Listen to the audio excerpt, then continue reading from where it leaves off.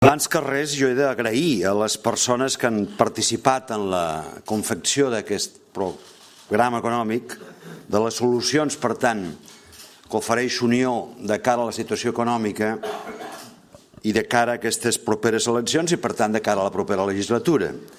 I en aquest sentit, més enllà de la sectorial del partit, més enllà dels experts que a nivell de grup parlamentari, militants, doncs hi ha un conjunt de persones que no ho són i que jo vull expressament donar-los l'agraïment perquè ha estat un consell assessor en temes econòmics que ha permès, per tant, redactar un bon programa, un bon paquet de solucions en nom d'Unió per la situació econòmica de cara a la legislatura propera davant de la situació que abans ha explicat en Josep Sánchez.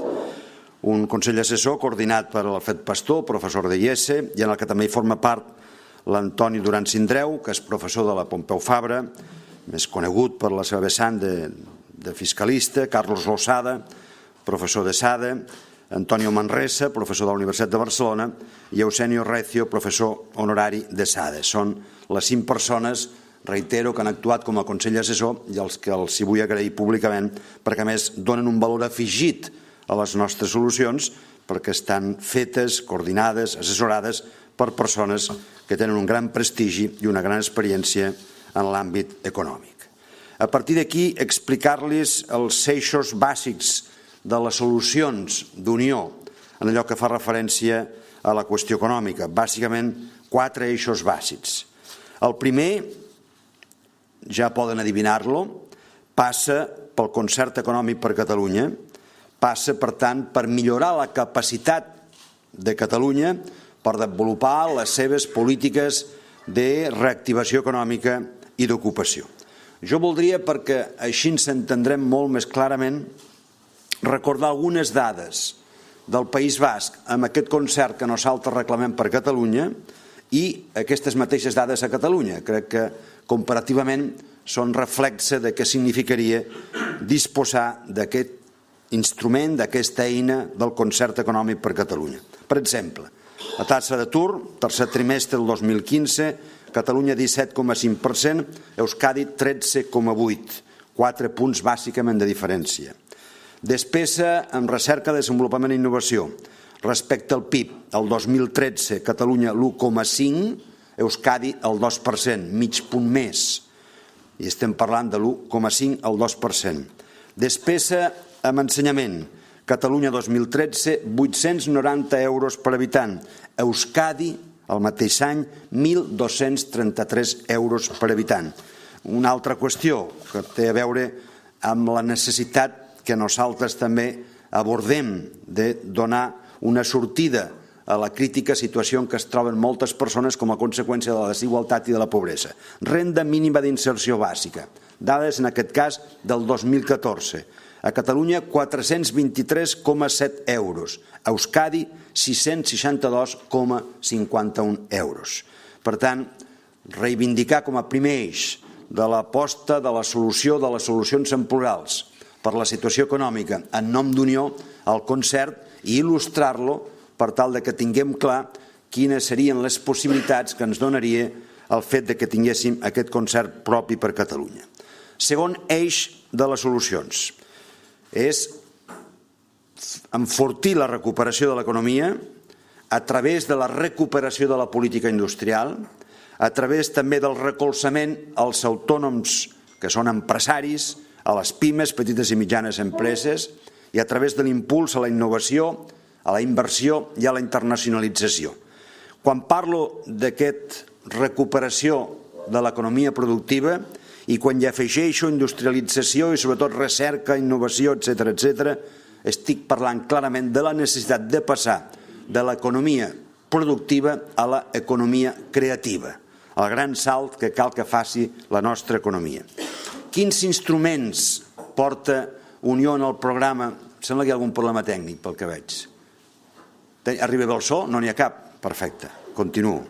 Doncs quins instruments proposa Unió com a solucions per tal de garantir aquest després del concert econòmic, segon eix, que és enfortiment d'economia productiva a través de recuperació, política industrial, internacionalització, R+D+I. Primer, via fiscalitat, Aquí, d'una banda, l'IRPF, nosaltres proposem limitar el que és el tipus marginal màxim del 45 al 42, és a dir, baixar 3 punts, i rebaixar el mínim del 19 al 15, baixar 4 punts. I voldria explicar sobretot la filosofia d'aquesta proposta de cara a l'impost de renda de persones físiques, que avui és un impost sobre les rendes de treball i que són, en qualsevol cas, les persones que tributen per rendes del treball les més afectades. I que, a més, això té una altra repercussió, que afecta singularment i castiga a les classes mitges, a les classes mitjanes. I que qualsevol país que realment vulgui pensar i creure en el seu futur necessita classes mitges fortes. I les hem afeblit. I una manera, no pas l'única d'afeblir-les, ha estat a través del tractament fiscal, raó per la qual, reitero, posem l'accent en rebaixar les càrregues fiscals a les rendes de treball, fer-ho a través de l'IRPF i fer-ho amb les propostes que acabo de recordar. A l'impost de societats, mantenim el de 30% per la banca, per les grans corporacions, per tant, financeres. Fem proposta, mantenim el 25% per empreses, i fem proposta del 25 al 20, rebaixar, per tant, 5 punts l'impost de societats per les pimes.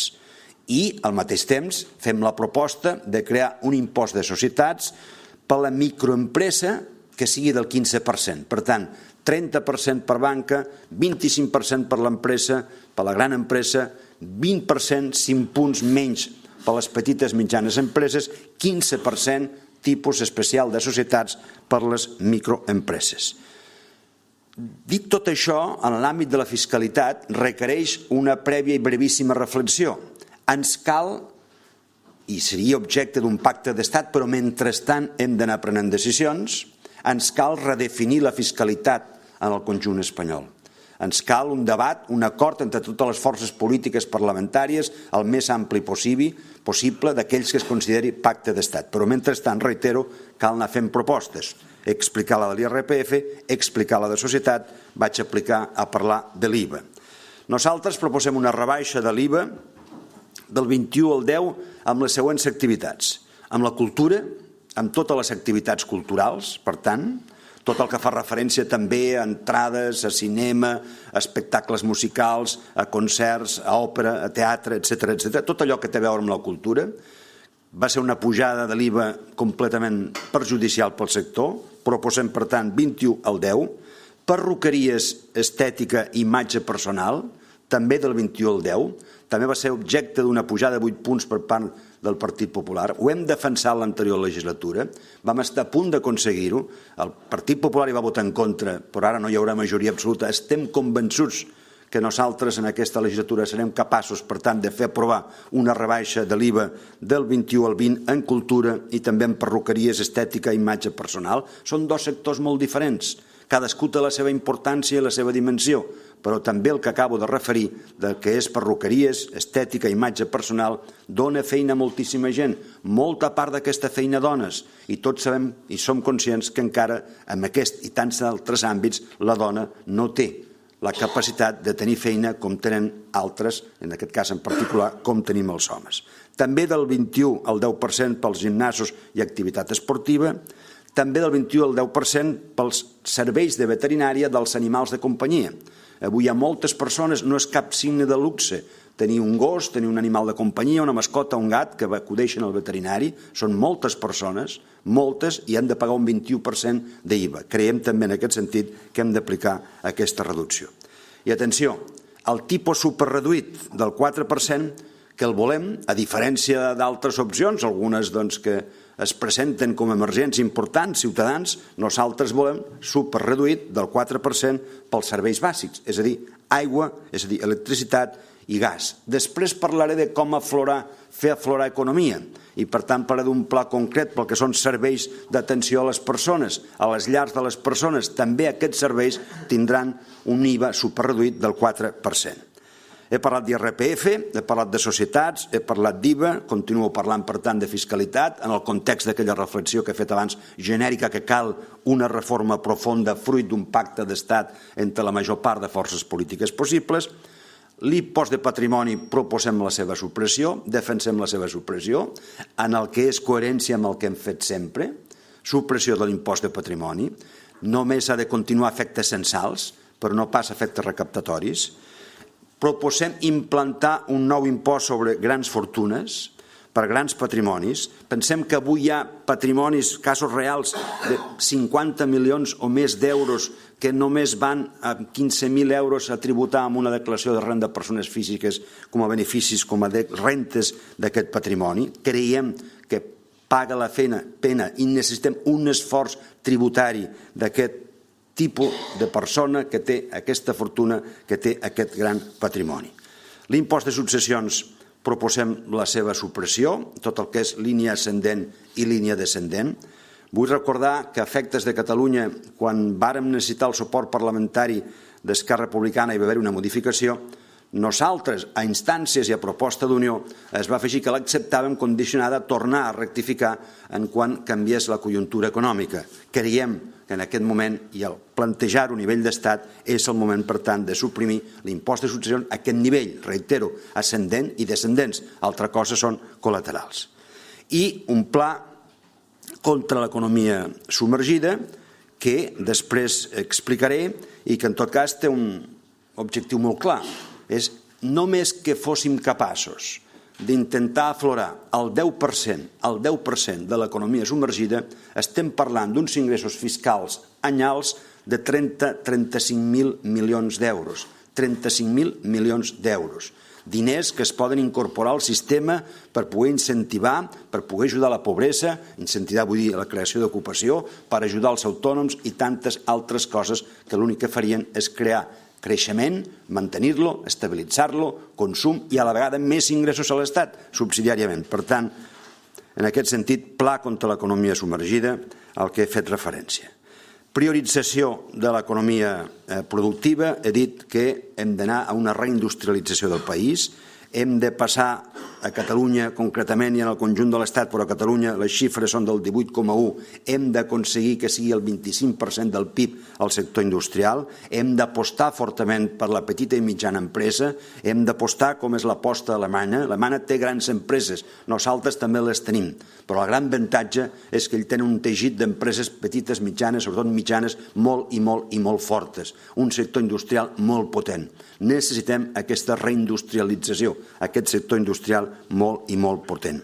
He dit que per tal de passar l'economia productiva a l'economia creativa havíem de deixar d'apostar com a element de competitivitat amb els salaris baixos, hem d'apostar amb recerca, desenvolupament i innovació, hem d'apostar amb ciència, hem d'apostar amb el lligam de la ciència amb el món del treball, de la universitat amb el món del treball, hem de dedicar recursos, hem d'aconseguir allò que s'anomena indústria 4.0, hem d'incrementar el 3% a 3,5%, ara només tenim l'1,24%, parlo al llarg de la legislatura, passar la inversió en recerca, desenvolupament i innovació. I no n'hi ha prou només que cal fer-ho i més, fomentar la inversió en aquest àmbit concret en l'àmbit privat, sinó també fer-ho des del propi sector públic. Impulsar un pacte d'estat sobre l'energia. Tenim costos energètics molt cars, els ciutadans, les nostres empreses, molt cars. L'altre dia llegia l'entrevista a un candidat, em sembla, opositor en aquestes eleccions, que deia que era més car aquí la llum que a Nova York. Evidentment, només cal parlar una conversa típica del món diplomàtic, dels nostres cònsols. Quan arriben aquí, el primer que sorprenen de qualsevol país d'Europa que vinguin és la factura que paguen de llum en relació al seu país. Bé, això serveix per les persones, això serveix pels usuaris i serveix molt per les empreses perquè és un cost que a la vegada les priva de competitivitat. I per la importància del tercer sector, i aquí acabaria aquest primer eix, després del que fa referència al concert econòmic, incorporar clàusules socials en els plecs públics de compres i contractacions amb criteris de responsabilitat social corporativa. Tercer eix, primer concert, segon aposta per aquesta economia productiva pel creixement, tercer creació d'ocupació. Necessitem créixer per crear ocupació, però hem d'impulsar també mesures concretes més enllà d'impulsar el creixement de l'activitat econòmica perquè per si mateixa genera ocupació. Hem de també fer un pla de xoc. Nosaltres vàrem participar de la reforma laboral amb unes condicions i aquelles condicions no s'han complert per part del govern del PP. Què és el que proposem com pla de xoc? En primer lloc, un pla de rehabilitació i modernització del parc d'habitatges i edificis per tal de millorar les condicions d'habitabilitat, per tal també de guanyar amb estalvi energètic, accessibilitat, salubritat, protecció contra el soroll, etc. Això inclou una subvenció del 20% a aquesta reforma i això, òbviament, prèvia a la factura degudament expedida. Què aconseguim amb això? A banda de generar ocupació, té alguna especificitat aquesta generació d'ocupació? Sí, en la mesura que és un pla de modernització del parc d'habitatges i edificis, ràpidament ens ha de portar a una reflexió i a una conclusió. D'aquells aturats de més de 55 anys, d'aquells aturats de llarga duració que difícilment troben o trobaran una feina en el futur, quina és la procedència? D'on procedeix la major part? Quin és el sector que va ocupar durant molt de temps moltíssimes persones i que quan es va punxar doncs la major part d'aquestes persones van anar a l'atur i moltes d'elles continuen? El de la construcció. La virtut d'aquest pla és doble. És un instrument més per fomentar com a mesura de xoc la creació d'ocupació, al mateix temps, amb el que fa referència amb tot allò que he dit ja d'estalvi energètic i altres mesures complementàries, i al mateix temps el que fa és que aquest increment de l'ocupació el fa a partir de poder acollir a persones que estan a l'atur, venen del sector de la construcció. És un pla que pot comptar amb recursos europeus i que, per tant, en aquest sentit, creiem que hi ha un additiu de cara al seu finançament. Hem de pensar, i pensem, i proposem, ens n'hem fet un tip d'explicar-ho al llarg de la legislatura, pràcticament al llarg de 2 legislatures, sobretot a partir de les reformes laborals, tant la del PSOE com la del PP, que és un pla d'oportunitat i ocupabilitat dels joves entre 16 i 25 anys. Mantenir el que existeix ara, el Sistema Nacional de Garantia Juvenil. Entenem que aquí cal una actuació en el sector privat, que és cofinançar durant 5 mesos un lloc de treball per compte aliena d'un jove amb 465 euros, cofinançar, per tant vol dir que l'empresari descomptarà de l'import del salari aquesta quantitat que rebrà i com a mínim que hi hagi un contracte de 6 mesos de feina. Si no hi ha un contracte de 6 mesos de feina no entra en joc aquesta proposta particular. I en el sector públic, a nivell municipal sobretot, hem d'anar a buscar i ajudar a crear llocs de treball que puguin ocupar gent amb diverses feines, però hem d'intentar que aquesta sigui una proposta amb el màxim nivell de descentralització, perquè és a nivell local on se sap exactament quina feina puntual es pot fer i quines persones estan en condicions per poder-la fer. Continuem encara en línia del pla de xoc, més enllà de crear ocupació mitjançant l'increment del creixement de l'economia i la seva consolidació, que és un pla d'ocupabilitat per a persones de 55 anys. Continuem amb els plans actuals, però introduïm un pla d'ocupabilitat similar al que acabo d'explicar pels joves, per a les persones de més de 55 anys. I el que deia abans, un pla d'aflorament de l'economia informal i submergida en l'àmbit del servei a les persones i a les famílies. Hi ha moltes persones que avui fan una feina en una casa, o bé que estan ajudant portant una persona gran, cuidant-la, o bé que fan un reforç escolar que necessiten per tal d'evitar un dels dèficits públics que tenim, que és el fracàs escolar, o bé estan fent les tasques d'ajudar amb una parella que treballen i per tant fan feina de casa, una persona contractada, però que no estan contractades en l'economia real, que estan en l'economia submergida. Hem d'incentivar que això surti, perquè fem aflorar persones que aportaran, per tant, pagament d'impostos i fem aflorar també una realitat econòmica que, òbviament, necessitem perquè també a la vegada generi més activitat. En aquest sentit, proposem, aquesta és una proposta que té una experiència contrastada d'èxit a França amb la llei Borloo i és establir una desgravació fiscal del 50% a l'IRPF de la despesa en serveis a la persona fins a un màxim de 15.000 euros anual. Aquesta proposta l'hem d'estendre també, i aquí és on hi havia, l'IVA reduït, superreduït, l'hem d'estendre també a altres àmbits, i és en l'àmbit dels serveis, del servei d'un llauner, d'un paleta, etc., en la que sigui necessari que el que contracta aquell servei li interessa, fes-me una factura, perquè a mi em desgrava el 50% a la cara al fer l'IRPF. Aquest mecanisme, utilitzat a altres indrets, fa, reitero, que hi hagi la necessitat de que certes feines que es fan i que es fan sense aportar i pagar impostos i que es fan competint deslleialment amb altres que s'hi paguen impostos, ajudin a aflorar ingressos, ajudin, per tant, a portar gent a l'ocupació. He dit abans, en un moment determinat, quan parlava de recerca, quan parlava de ciència, quan parlava d'economia productiva, que no podem continuar competint amb salaris baixos. Per tant, nosaltres proposem passar del 648,60, si no recordo malament, que és el salari mínim interprofessional, que són 14 pagues, hi ha certes estadístiques europees que sortim a 700 i escaig euros perquè comptabilitzen 12 pagues i no 14, del 648,60 a 950 euros any, salari mínim interprofessional. Atenció, això ho hem d'anar fent gradualment al llarg dels 4 anys de legislatura. Unió no proposa que ja d'entrada el salari mínim passe de 648,60 euros a 950. És a partir dels 4 anys. Quart eix és millorar la col·laboració pública i privada, i aquí acabaria. I aquí hi ha una proposta que és la llei de mecenatge. És una llei que pot tenir infinitat de finalitats i infinitat d'aspectes positius, que pot ser útil en el camp social, que pot ser útil en el camp cultural, que pot ser útil en el camp esportiu, que ens hem fet un tip de reivindicar-la, hem presentat un text articulat, el PP ens el va rebutjar, dient que ells ja farien el seu i que seria millor, vam tornar-lo a presentar, ens van tornar a explicar el mateix, al final han fet un pedaç en el que és la reforma fiscal de l'IRPF, fent algun tipus de modificació, però molt poqueta cosa. Aquest país necessita aquesta llei de mecenatge que marqui aquesta col·laboració del sector públic i privat.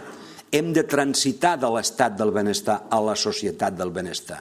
I en aquest trànsit hem de fomentar, i per tant fomentar fiscalment, tot tipus d'activitat que tingui incidència econòmica, que tingui incidència social i també de pas, ja ho he dit, cultural, esportiva, etc. Per tant, la nostra proposta de mecenatge, que comporta incrementar deduccions, de donacions sense afany de lucre, passant del 27,5 al 65 per persones físiques i del 35, 20 punts al 55 per persones jurídiques.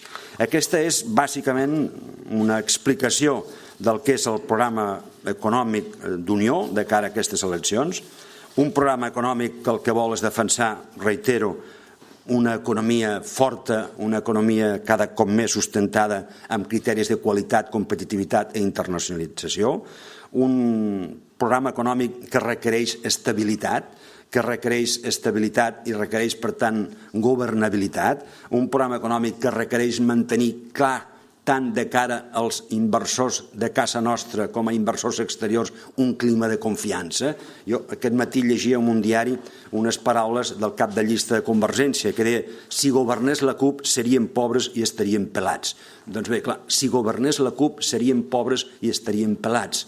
I el primer pas que s'ha fet en el Parlament és aprovar amb la CUP una declaració que justament projecta aquesta inseguretat. I el segon pas que es voldria fer, i si no es fa, no és pas per culpa de Convergència sinó de la CUP, és governar de mà de la CUP i ser investit de mà de la CUP. Doncs això, nosaltres no volem un país pobre i no volem un país pelat. Volem defensar que la gent es pugui guanyar la vida, que l'empresa, l'empresari, l'autònom, el petit empresari tinguin capacitat per fer la feina, que tinguin suport de les administracions, que no posem traves, no volem nacionalitzar empreses, volem llibertat, llibertat d'iniciativa, llibertat dels pares per triar escola, llibertat per tantes coses, llibertat per fer un país de progrés, que no es fa quan algú ja anuncia que si governéssim de la mà d'aquests ens quedaríem pobres i quedaríem, no dit amb el cul pelat, sinó simplement pelats.